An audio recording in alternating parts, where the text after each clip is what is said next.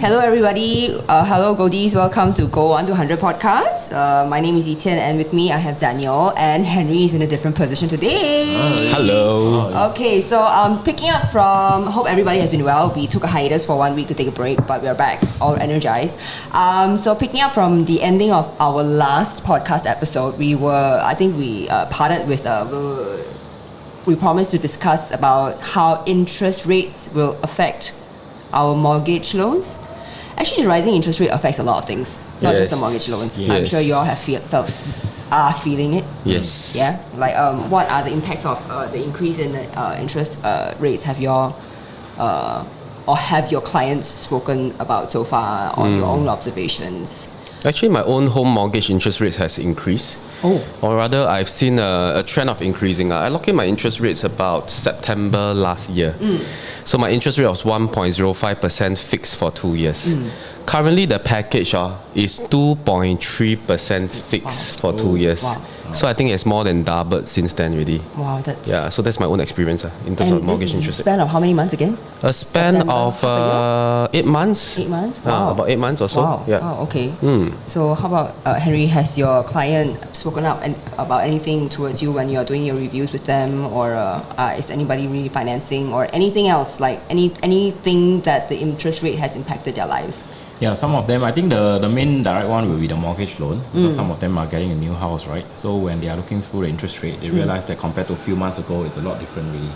Yeah, so I think that is definitely one impact, because it affects their monthly installment as well, and overall repayment. Yeah.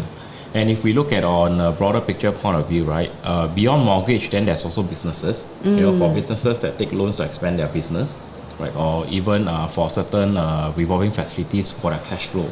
So when interest rate increase, right, that will also may have an impact on the cash flow as well. Yeah. So if you are a boss, you are a businessman, you may thinking about, hey, instead of expanding now, I may need to hold a bit tighter. Instead of any pay increment, I may need to slow down for a while for the SME. So interest rate can have such an impact as well on the overall economy in such a way. I see. Yeah.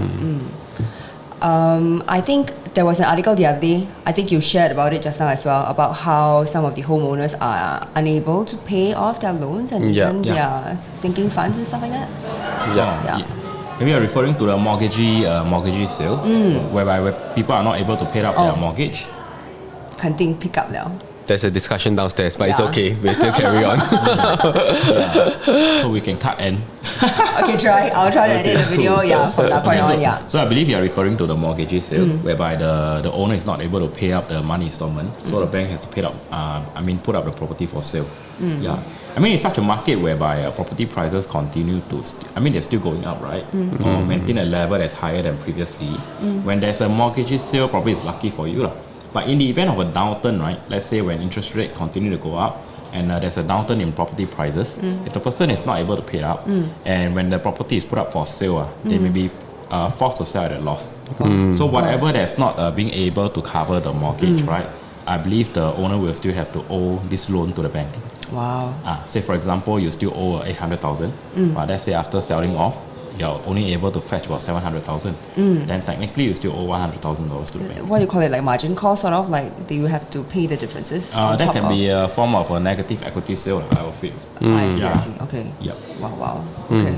So what else can we talk about when it comes to interest rate other than loans? And 来记一个。 I think one of the natural things is, let's say when mortgage rates were to increase, let's say my mortgage rates increase, then let's say it's from 6,000 to 7,000 or 8,000 a month, for example, right? I would think twice about spending also. Okay. Right, because my cash flow, I need to come up with another $1,000 to $2,000. All right. So maybe increase in interest rate. The whole intention was to curb inflation. That's right. So when interest rate increase, probably that is why it leads to a taming of inflation. People maybe spend less. I see. Then inflation can maybe come down. Okay. Yeah. So the other day we had a chat with our counterparts at Pegasus, who are our property arm. I think they did mention something about things changing towards the end of the year. Yeah, so there was an interesting question about HDB. The previous record price was 1.28 million, if I'm not wrong, at Duxton, 1.28888. And then one of our consultants asked, will the price go up to maybe 1.5 million? Yeah. And our partner in Pegasus mentioned it's a matter of time. And it did went up to 1.4 million. This recent property in Henderson, so at 1.4 million with fantastic views. So will the property price continue to surge up? I guess because of supply and demand, there can be a possibility. I see. But with the interest rate, it probably will hamper the growth of the property for the short term. So maybe if you're looking at buying a property, maybe the next 6 months can be a buying window. Oh, okay. Or maybe at the end of the year. So we have to wait and see. Yeah. So I guess people has to, I think everyone has to be circumspect. It's easy to think about how you can handle a loan, but there are other aspects to your financial planning which might be affected. Correct. Yeah. Like probably cash flow on top of just handling the loan. You still need to pay off your living expenses, whatever you need to provide for. Yeah. And then you also have to think longer term towards your financial independence, your retirement, maybe even for the future planning, like for your children's education if you have young ones.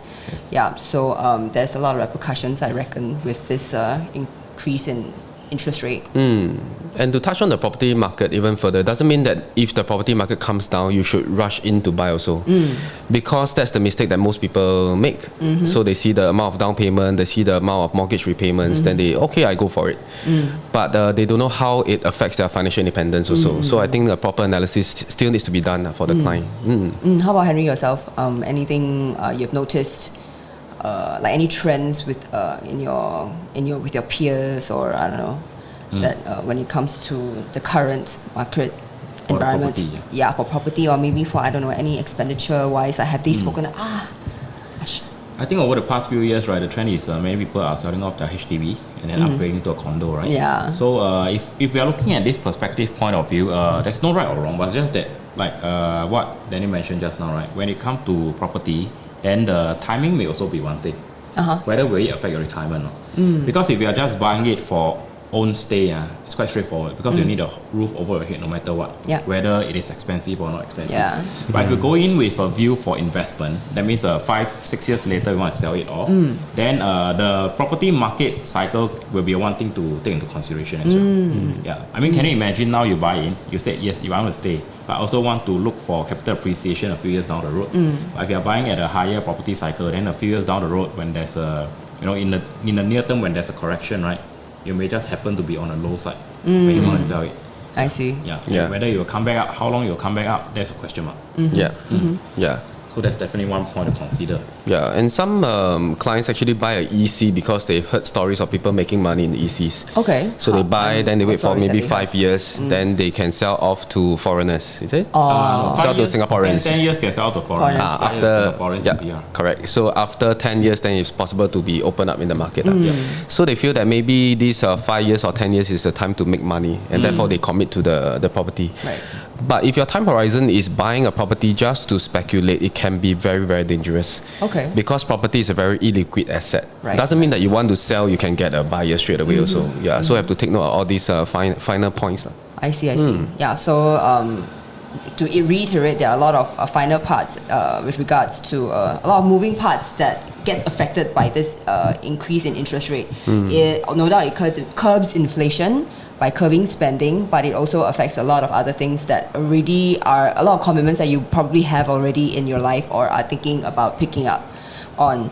Okay, so any last things you want to share before we finish this session with regards to, I don't know, any general observation about what's going on in your life right now? I feel like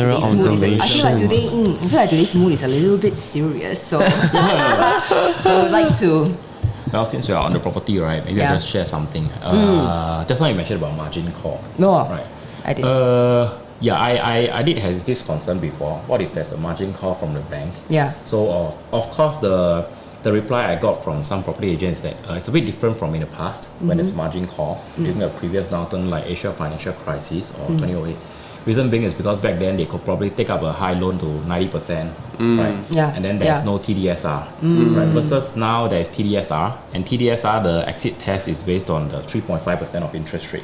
which a few years ago MAS already took into consideration. Yeah. So that means there are 60% TDSR. Assume that you are able to still pay at 3.5% interest rate. So based on that, probably the affordability level is still there. From a numbers point of view, it's just that psychologically when even though your mortgage, right, you can afford 3.5%, but currently you're already paying this amount every month. So the rest are into maybe could be lifestyle expenses. Now, in the event of an interest rate increase, right, will you be able to adjust your lifestyle as soon to match the mortgage increase in prices or not? That will be one point to consider. So given that interest rate environment is on a growing trend, right, so you may want to take into consideration and make adjustment to your lifestyle now first, just in case. Okay, in preparation. Okay. Emotionally, on a more emotional side point. I see. Okay. Yeah. Right. Yeah. So adjusting cash flow is also one important point. And our PM Lee also mentioned within the next 2 years there could be a recession coming. So he mentioned on Mayday, right? Mayday. So we got to work on. So anyways, preparing for cash flow is important. Preparing for opportunity is also important. That's true. Because if we have the cash flow and we save it aside for the rainy day, that's one. Number two is to save for let's say a market correction and there's a big discount. We can also enter the market and then write out the volatility. I see. Yeah. So opportunity funds. Correct. Yes. Yeah. Okay, great. Thank you so much for your sharing. We miss Xiao Qing and hopefully she'll join us again next week. So that's all for us today.